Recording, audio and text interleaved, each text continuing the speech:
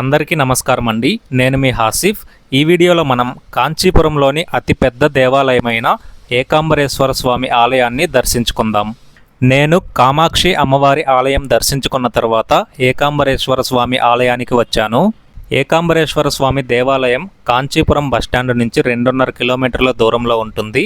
అలానే కామాక్షి అమ్మ ఆలయం నుంచి 1.5 కిలోమీటర్ల దూరంలో ఉంటుంది.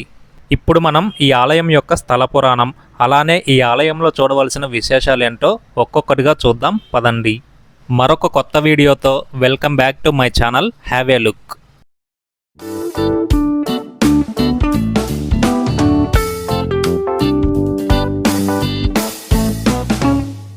ఫ్రెండ్స్, కామాక్షి అమ్మవారి ఆలయం నుంచి ఏకాంబరేశ్వర స్వామి ఆలయం వరకు సర్వీస్ ఆటోస్ అవైలబుల్గా ఉంటాయి. వీళ్ళు మనిషికి 20 రూపాయలు ఛార్జ్ చేస్తారు. ప్రస్తుతం నేను ఆలయానికి ఉత్తరం దిశలో ఉన్న రాజగోపురం దగ్గర ఆటో దిగాను. సో బయట అయితే ఆలయానికి సంబంధించిన కన్స్ట్రక్షన్ వర్క్స్ అనేవి జరుగుతూ ఉన్నాయి. ఈ ఆలయాన్ని 25 ఎకరాల్లో నిర్మించారు. ఈ ఆలయం చుట్టూ 4 వైపులా 4 రాజగోపురాలు ఉంటాయి. వీటిలో ఒక రాజగోపురం 192 అడుగుల ఎత్తు ఉంటుంది. ఇది భారతదేశంలోని అతిపెద్ద రాజగోపురాల్లో ఒకటి. ఏకాంబరేశ్వర స్వామి ఆలయంలో పంచభూత శివలింగాలలో ఒకటైన పృథ్వీలింగం కొలువయుంది. శ్రీకాళహస్తిలో వాయులింగం, చిదంబరంలో ఆకాశలింగం, అరుణాచలంలో అగ్నిలింగం, జంబుకేశ్వరంలో జలలింగం కొలువై ఉన్నాయి. నేను ఆల్రెడీ అరుణాచలంలో ఉన్న అగ్నిలింగాన్ని దర్శించుకున్నాను. దానికి సంబంధించిన వీడియో నా ఛానల్లో అప్లోడ్ చేశాను. మీకు ఇంట్రెస్ట్ ఉంటే చూడండి. ఏకాంబరేశ్వర స్వామి ఆలయంలో స్వయంగా కామాక్షి అమ్మవారు తన స్వహస్తాలతో ఇసుకతో తయారు చేసిన శివలింగాన్ని ప్రతిష్ఠించారు. అంతేకాకుండా ఈ ఆలయంలో 3500 సంవత్సరాల నాటి మామిడి చెట్టును కూడా చూడవచ్చు. ఈ ఆలయంలో మొత్తం 1008 శివలింగాలు ప్రతిష్ఠించబడ్డాయి. ముందు వీడియోలో మీకు కంచి కామాక్షి అమ్మవారి ఆలయ స్థల పురాణం, ఏకాంబరేశ్వర స్వామి ఆలయ స్థల పురాణంతో ముడిపడి ఉంది అని చెప్పాను కదా. ఇప్పుడు ఆ స్థల పురాణం గురించి తెలుసుకుందాం. ఒకప్పుడు ఉత్తర భారతదేశంలోని హిమాలయాల్లో కాత్యాయనుడు అనే మహర్షి ఉండేవారు. ఆయన పరమేశ్వరునికి మహాభక్తుడు కాబట్టి ఒకసారి తపస్సు చేస్తూ ఉంటారు. అప్పుడు పరమేశ్వరుడు ప్రత్యక్షమయ్యి ఒక వరం కోరుకోమంటారు. అప్పుడు కాత్యాయనుడు ఏమి కోరుకుంటాడంటే, అమ్మవారిని నా కూతురుగా చేసుకోవాలనుంది అని కోరుకుంటారు. దానికి శివయ్య సరే అంటారు. ఒకరోజు కాత్యాయన మహర్షి ధ్యానం చేసుకుంటూ ఉండగా ఒక చిన్న పాప వచ్చి తనని ముట్టుకుంటుంది. దాంతో ఆయన కళ్ళు తెరిచి చూసి అమ్మవారే తన కూతురు రూపంలో వచ్చింది అని మురిసిపోయి కాత్యాయిని అనే నామకరణం చేసి ఆమెని పెంచుకోసాగుతాడు. అలా ఆమెకు పెళ్లి వయసు వస్తుంది. దాంతో కాత్యాయన మహర్షికి ఆమెకు ఎలా పెళ్లి చేయాలో అర్థమయ్యేది కాదు. ఎందుకంటే ఆ అమ్మవారే తనకి కూతురు రూపంలో వచ్చింది కాబట్టి.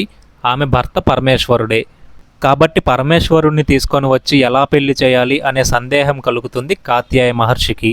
కొన్ని రోజులు తీవ్రంగా ఆలోచించిన తర్వాత కాత్యాయ మహర్షికి ఒక ఉపాయం వస్తుంది. అదేంటంటే ఒక పులి చర్మం, ఒక సింహాసనం, కొంచెం గంగ, కొంత ఇసుక, ఒక రుద్రాక్షమాల, ఒక యోగదండం, ఇవన్నీ కాత్యాయని దేవికి ఇచ్చి తనని నడుచుకుంటూ వెళ్ళమని చెప్పి, ఎక్కడైతే అవన్నీ చెట్లుగా మారిపోతాయో అక్కడే నీకు నీ భర్త దొరుకుతాడు, అక్కడ తపస్సు చేయి అని చెప్తాడు. అలా తన దగ్గర ఉన్న వస్తువులన్నీ చెట్లుగా మారిన ప్రదేశమే ఈ కాంచీపురం.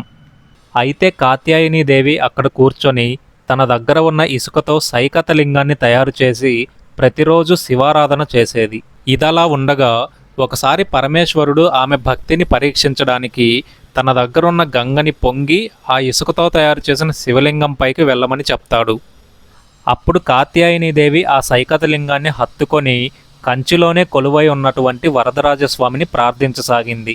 అప్పుడు ఆ శ్రీ మహావిష్ణువు ఆ గంగ ప్రవాహాన్ని ఆపారన్నమాట.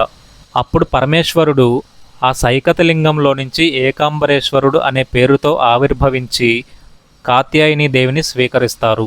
అలా అమ్మవారు తన స్వహస్తాలతో చేసిన ఈ సైకతలింగమే పృథ్వీలింగమై కొలువయింది.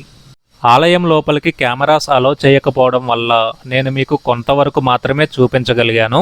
వీడియో స్టార్టింగ్లో మీకు 3500 ఏళ్ల నాటి మామిడి చెట్టు అని చెప్పాను కదా, ఇదే ఆ చెట్టు. పృథ్వీలింగాన్ని దర్శించుకున్న తరువాత ఆలయానికి వెనుక వైపున 2వ ప్రాకారంలో ఈ చెట్టు కనిపిస్తుంది. సాక్షాత్తు అమ్మవారే ఈ చెట్టు కింద కూర్చొని శివారాధన చేశారన్నమాట. కాకపోతే ఒక చిన్న తేడా, అదేంటంటే ఒరిజినల్గా ఇక్కడున్న మామిడి చెట్టు కాలం చేసిన తరువాత దాని ప్లేస్లో ఇప్పుడు మీకు కనిపిస్తున్న ఈ కొత్త చెట్టుని నాటారు. ఈ కొత్త చెట్టు వయసు 10 నుంచి 15 సంవత్సరాలు ఉంటుంది. 3000 ఏళ్ల నుంచి ఉన్న చెట్టు బెరడు మాత్రం మనం ఆలయంలోకి ఎంటర్ అయ్యేటప్పుడు చూడవచ్చు. ఆ చెట్టుకి 4 కొమ్మలుండేవి. 4 కొమ్మలకి 4 రకాల మామిడి పండ్లు కాసేవి. అలా ఇక్కడ మామిడి చెట్టు కింద అమ్మవారు తపస్సు చేసి ఇక్కడే ఈశ్వరుణ్ణి భర్తగా పొందారు కాబట్టే ఇది ఏకాంబరేశ్వర క్షేత్రమై శివకంచి అయి కంచి కామాక్షి అయి అమ్మవారు ఇక్కడ వెలిశారు. కాంచీపురంలో ఏ శివాలయంలోనూ అమ్మవారి సన్నిధి ఉండదు. అన్ని శివాలయాలకు కంచి కామాక్షి అమ్మవారి ఆలయమే సన్నిధి. ఫ్రెండ్స్, ఈ ఆలయంలో ప్రసాదం ఫ్రీగా పెట్టరు.